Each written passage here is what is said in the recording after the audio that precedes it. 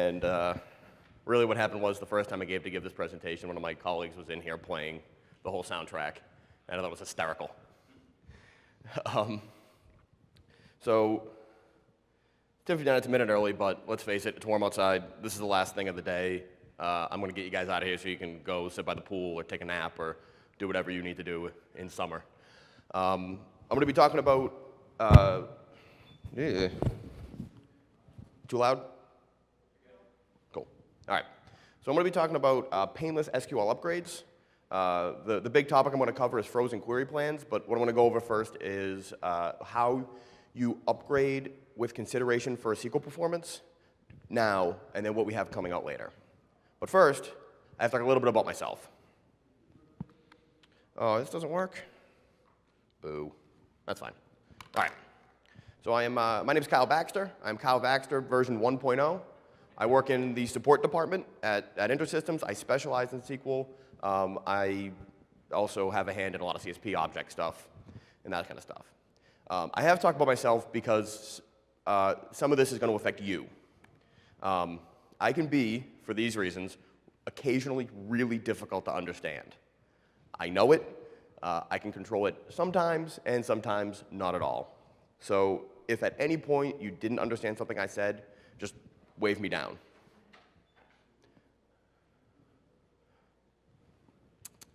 Late, late, late.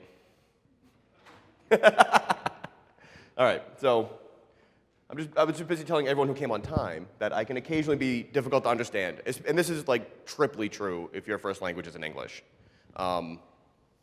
So any point you don't understand me, please stop me. I will repeat myself slower at the correct volume, and I'll try to turn my accent off. Hopefully I want to get these all fixed in the next release, but I want to fix a few more things. This whole weight issue here, the nose, I would like to get a little smaller. You know, maybe fix the receding hairline. I don't know. We haven't really spec'd it all out yet. Okay. Here's a few concepts I want to go over before we get too deep into this, because I want to talk about this stuff. And if you don't know what it is, you can't follow along.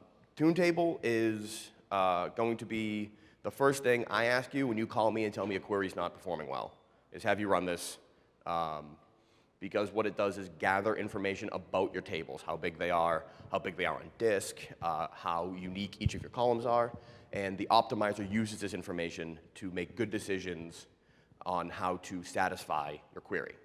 If you don't have this information, you know, all indexes look the same.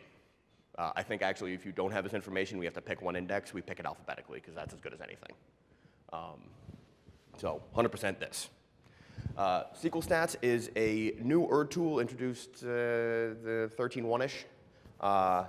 It will, on a macro system, gather information about the queries run. It'll tell you, for every query run, how long did it take, how many global references, how many rows returned. And then if you have this turned on for some amount of time, you can take that information and use it to figure out what are the high-impact queries on your system. Hopefully, if you guys are developers, you already know, but can't know everything. So this is what you can do to figure out what queries are run a lot or what queries run for a long time. Now, query plan is how you, as a person, can determine what our optimizer is doing, because it's, instead of generating the code, it generates in English what we're going to do, what indexes we're going to look on, what tables we start at, things like that. Okay, so when we upgrade, what happens? By that I mean what happens in SQL to affect you. We add new SQL optimizations and heuristics. Sometimes we add really high-impact things like outlier selectivity, which was new in 14.1. You guys, as developers using our engine, will add indexes. Maybe you change the tune table information, and this is generally not a bad thing. This, in my experience, upgrades are about, you know, for your query plans, 99+% stay the same or get better, but occasionally a critical query gets worse. Now, when I say 99% gets better, how many queries you guys have on your system? 10,000 or more? Going to be a couple. And if it just happens to hit one of the bad ones, you're calling me in a fit. So this is, you know, how do we, you know, how do we get to a point where this isn't happening to us? We can kind of upgrade stress-free. So there are some tools we can use. SQL Stats, which I talked about earlier, that'll help you find your high-impact queries. And this call here, QOO Planner, Caché API SQL, it's not in a class yet. We're going to probably get that fixed soon. But what it's going to do is, for all the queries in one file, it will dump the query plans for them in another file. So what this allows you to do is, if you're going to do an upgrade, you can dump them all out, do your upgrade, dump them all out again, and then use a diff tool to figure out which ones are different. And you can look at those. So some current techniques for upgrading. There is the best way to do it. You have a system, you have representative data, you do your full upgrade, you test all your queries, you have it run, you are 100%. This is a fantastic way to do an upgrade if you can. The way I just talked about, where you export the plans, this is a really good way. That will work very, very nicely. And you don't have to have a full test system to do it. Okay way to upgrade is to do your upgrade, have a snapshot. That can be a little bit lengthy. You got to revert, and that never feels good. But it's it's okay. That'll cause you less pain. A bad way, just kind of upgrade and call me if there's a problem. That stresses me out, and I'm trying to reduce stress in my life a little bit. You can go even worse. You can just upgrade, fix all the problems yourself, and never call me, and then complain about our product. If you do upgrade, you do run into a problem, please call us immediately. We're around 24/7. We're happy to help. I'd rather you call me early too, as opposed to when you've been in it for 3 hours.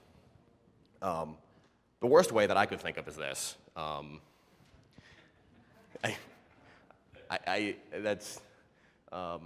you come up with a worse way, email me and I'll put it in my slide when I give this thing again. So for the most of us, we want to be up in the top 2, right? We want to do at least a good job. But the good solutions have problems. Having a full test system with representative data, I don't even know if I know anyone who has that. And your customers are different anyway, so maybe what's good for one isn't going to be 100% good for another. And really, human time is expensive, and this has been a change from 30 years ago, where a hard disk cost $50,000 and your developer was being paid $20,000 a year. Now the time of your developers is way more expensive than hardware. It's the most expensive thing that people pay for. So we need something that's automated here to save you time, to save me stress, and to stop you from potentially lighting computers on fire. So in 2016-2, we've added the ability to automatically freeze your query plans. What this means is, whatever the execution path that you have in a version, 16.2 and later, when you upgrade, we won't change that. This is, the model we kind of have now is, we're making this stuff better. When you upgrade, it's going to get better. This model is a little more do no harm, HIPAA. So this will work for, with the tools we have, both an upgrade of Caché, and I'm going to say Caché in all these slides, but that also means Ensemble, Health Care, Track Care, our whole product stack. But Caché is the base. This thing works on Caché, works on everything. So an upgrade of Caché and an upgrade on your application. The way it works is, when we compile down a query, this is sort of a high-level outlook. We compile a query, we'll keep an index of the statement you compiled in the query plane we used, and then if that query comes back in, we check it against the index, and if it already exists and has been marked as frozen, we run that plan. There are 4 important pieces to a query statement. This is a kind of structure for us now. The query text, select whatever. The hash of the query, which is how we index it. The plan, we don't store the words, we store information to recreate the plan. And a Boolean variable to let us know whether or not the plan is frozen. So when we freeze, I've been saying frozen query plans, really it's a frozen query statement. It's these 4 things. Additional information we have here is the version it was compiled in, when it was compiled, and all that stuff. And this happens on query compilation. So if you do embedded SQL and you hit that compile button, that's query compilation statement in the index. For most queries, they come in through ODBC or they come in dynamically. They happen at runtime. Runtime for your code is often compile time for a query. All right, let's talk a little technical here. The statements are stored in tables, and tables are objects. These are all classes. Information schema.statements is where they are. They are. There's some other tables too, but I haven't found those useful yet. I point them out for completeness. But if you need information, you can grab them usually from this table. We do a lot of standardization for the statements prior to saving them. The text goes uppercase, we normalize the spaces. We do parameterization, so if you say, where state equals Arizona, we take that out and put in a question mark. So this is in opposition to the way cache queries work. When we do our query caching, that is the statement as you've given it.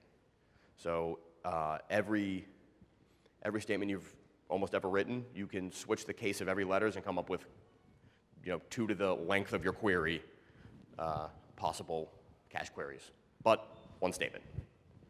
When you do a purge, the frozen plans, the statements, are oftentimes linked into a cache query. So when you purge, we purge the statements unless they're frozen. Yeah. There's a few more details. Statements can be imported and exported whether or not they're frozen. And this is really good. This allows you to take a frozen plan, because moving a non-frozen plan is, kind of nothing. But moving a frozen plan can be really useful if you have a customer that has a problem that you don't see, a performance problem. You can export your plan, move it to their system, and then when they run the query, same plan. Also, I was just talking about the normalization, and I do want to put a caveat. Like, you change the order of the select list, we don't detect that. We wanted the introduction of plans to be really low impact on your query compilation time, and so we don't do all the string comparison, and we don't normalize the select list or anything like that. That would be too computationally intensive for what we're trying to do. I'm a tech guy, so we obviously have to have another detail slide.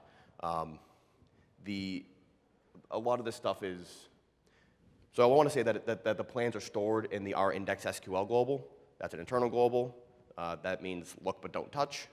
The only reason I point it out is in case anything ever happens with that global for whatever reason, it's there. That your plans are there too. Also, the R-index SQL lives with your routines and classes, not with your data. So these are stored, if you have your databases split, they're stored in your code database, not your data database. So rather, you can manage your frozen plans in 3 ways. You can use the table or the objects. That to me is the same. We do have some APIs in $system.sql. I'm going to show you maybe 1 or 2 here, but you guys can read the documentation as well as I can. We're not going to read docs together. And the management portal, which when I do our quick demo, I'm going to use that almost exclusively. I don't know why. It's just maybe a little bit quicker for the example I've concocted. So what this means for you when you upgrade is that, and again, this is whether you upgrade our stuff or your stuff, you can freeze all your plans, you can export them out, and then do an upgrade however you like. If the plans are frozen, nothing gets worse. That's great. If you don't want to freeze them, you can freeze them, and if something gets worse, you can import your plan and revert just the SQL performance of a query post-upgrade. You can also run, with this, you can also run tune table without having to fear of things getting significantly worse. Unfortunately, you do have to be on 16.2. Because the statements are tied in with a compilation of the queries, we can't backport this code to anything earlier. It's too tied into the query compiler to be pushed back. So you can't do any of this stuff till you get on 16.2. So now that you've upgraded, obviously you maybe want to test. You want to check out how the queries perform with the new stuff. So for that, we have a new query reserved word, %NoF plan. F obviously stands for frozen. So what you can do is you have your frozen plan, you do your upgrade, and you want to see if the performance would get better with a new plan. Right? You add that to your query right after select. We will generate a new plan, and you can run your query, and you can see if it gets better. And if it gets better, that's great. You freeze, you unfreeze, you compile, generate that new plan, you can freeze it again. So this is this adds a little bit of extra work post-upgrade, but it's, it's optional work, but, I hope you do it because our stuff's always getting better, and you'd be a fool for not taking advantage of it. Okay, that's above the last slide. I'm going to hop into a demo. Any questions at this point? Yes, sir. So if you don't have your routines mirrored, you're not going to be able to fail over and have that same kind of option, right? Like we don't mirror our code database. Okay. So if all of that is stored in the if all of that is stored in the code database and we switch over to our secondary, our failover, we're not going to have that kind of the plan stuff won't be able to be used. So if you don't mirror your code, you mirror your data. Yeah, we only mirror the data. Okay, so what code are you running? Where's that? What do you mean? So the plans are with your code. Yeah. So, the way I see it, there's two options here. You fail over and there's no code, in which case you have bigger problems. Yeah. Or you're using the same code, in which case you still have all your plans. Okay, cool. All right? That was a good question, actually. Anything else? Excellent. Let's go demoing. All right. Okay. So what I've done is I've created a class that I know you guys probably can't read this. I'm sorry, they don't let me go to the Atelier presentation, so I don't know how to change the font size. But I've made a table of people who have ice powers. And I've keeping track of their name, the universe they work in, and their relative strength. You see I've got a couple indexes commented out because this is a really fake example, but it proves a point, and that's what I'm going for. So what we're going to do is we're going to run this query here. This is going to give us you guys read this okay? This I want you to be able to see. Okay. So this is going to give us the name, the universe they exist in, and the strength for everyone who's stronger than 5 strength units. And I want the order differently, descending. There we go. Here's some of our ice power people.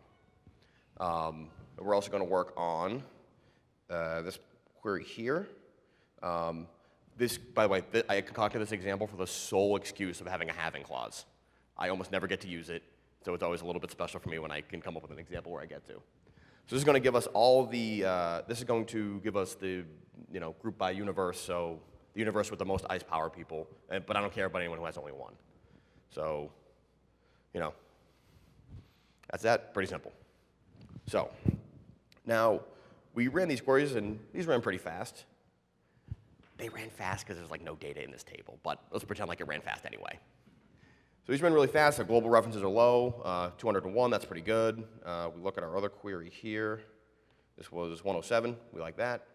So we want to freeze them. So we can come over here. You can search by table. This is, I guess, already searching by my table. If you run new queries in the portal, you have to sometimes click this refresh button to get the new ones. Now I want to make sure I get the right one. This one's definitely a right one. So when you click the statement, we'll get this, I'm going to say modal pane to avoid using the word pop-up. And this will allow you to view the query text, and this is the normalized version. You can see your query plan, where we're, of course, we don't have indexes to help us here, so we're looping on this master map, and then building our temp files. By the way, quick side note, if you guys ever are looking at a query plan and you see read master map, looping on ID, and building a temp structure, 100% you need an index. Every time, every time. Anyway, sorry. back to business. So we like this. We want to freeze it. We're going to click this Freeze Plan button.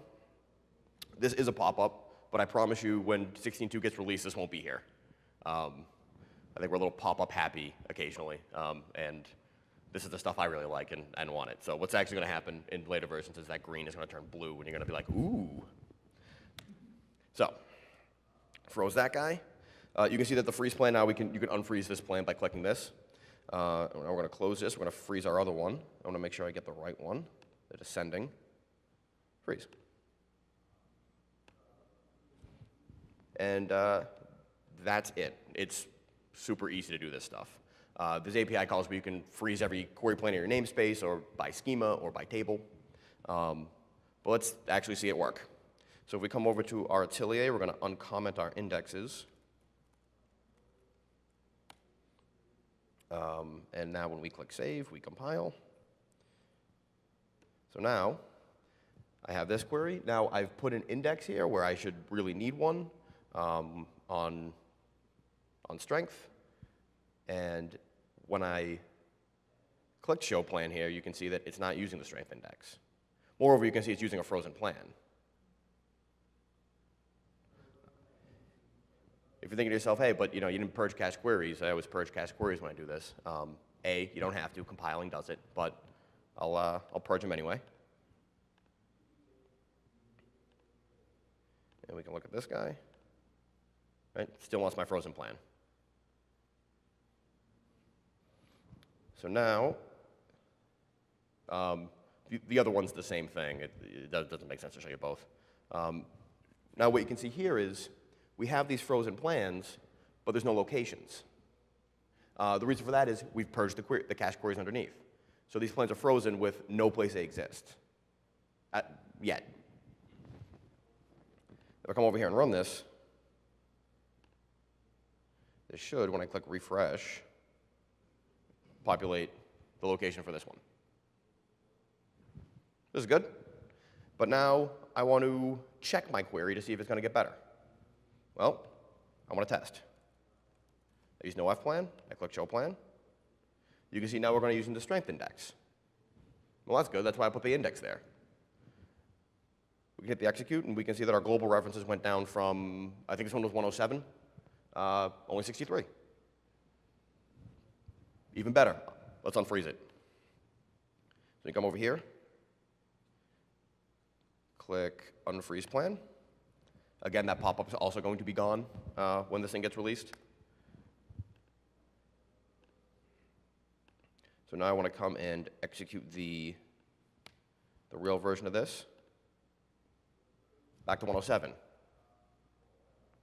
The reason is when you unfreeze a plan, we don't do the purge. You have to recompile. This caught me the first time I tried to do this. It took me a few minutes to figure out, so I warn you now. After you unfreeze your plans, if it's embedded SQL, you need to compile. Otherwise, we need to purge. So now we're going to purge everything, get this back. We can see our plan is still good. When we execute, we'll be back to our 63 global references. So now I want to come back over here. I click refresh. And I like this guy, so I'm going to freeze him.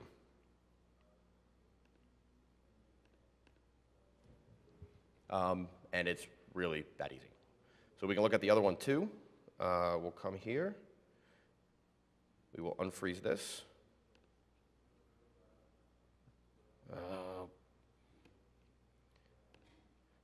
We'll come over, and it's just because I have to have it so big. When it's small, it all is much easier to deal with. This is our second query.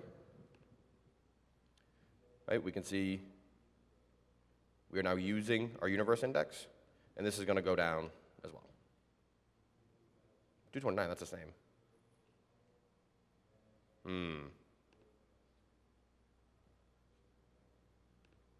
Oh, no. Right. All right, sorry, I forgot. This one, the global count actually goes up. Now, the question is, does that make your query better or worse? It's up to the query. Sometimes global references are, when we build up temp files or something, those can be slow. Sometimes where you're just checking an index and then the master map, but the double global references still makes it go faster. This one, again, I don't have enough data in this to make this actually show off, but yeah. Okay, so I'm going to show off, where are we in time? Oh, golden. I'm going to show off just one more thing, a little import-export of these plans. Let's do a refresh here. Ugh. Okay. That's Mac problems. Let's come here and freeze this guy. All right. So now what I'm going to do is, instead of just moving this from one system to another, I'm going to move namespaces. It's effectively the same. So we're going to go to samples, where this class doesn't exist. And we can see here, hopefully we don't have any. Nah, we do.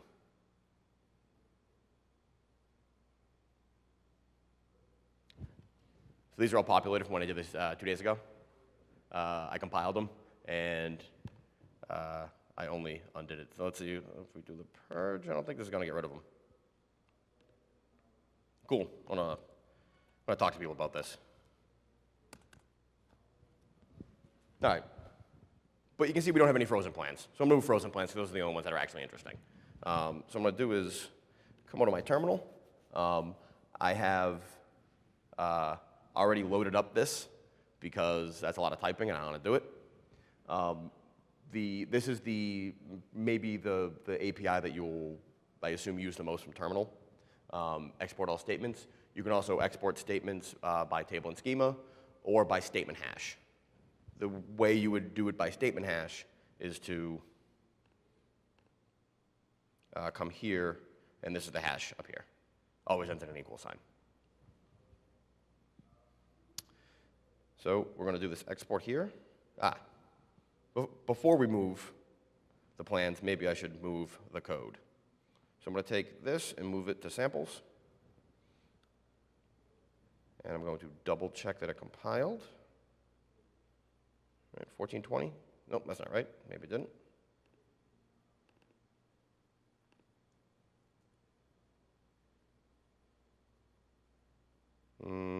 Those are the same. Okay. I see the problem. The reason the statement stuck around is because I moved it in Atelier, but didn't move it from the server. Still getting used to the new Atelier paradigm. Come to our presentation next year. I'll rock the Atelier portion. All right, so now we're going to export all our statements from user, and we're going to go to samples, and you're going to see that I've cooked this import up already. There's only one import, whether you're importing one statement or importing all. We have just one. It lists out the hash that you have imported.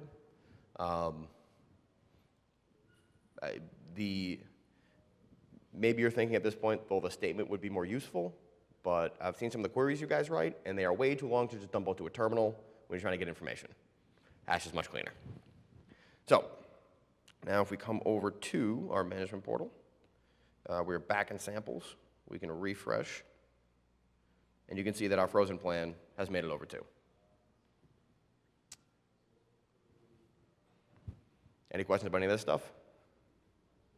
If you guys need to see the APIs in the class, it is %system.sql. The docs on this thing are really, really good. It's in the class reference guide. So if you want to just take a look at our APIs that we have programmatically, all right here.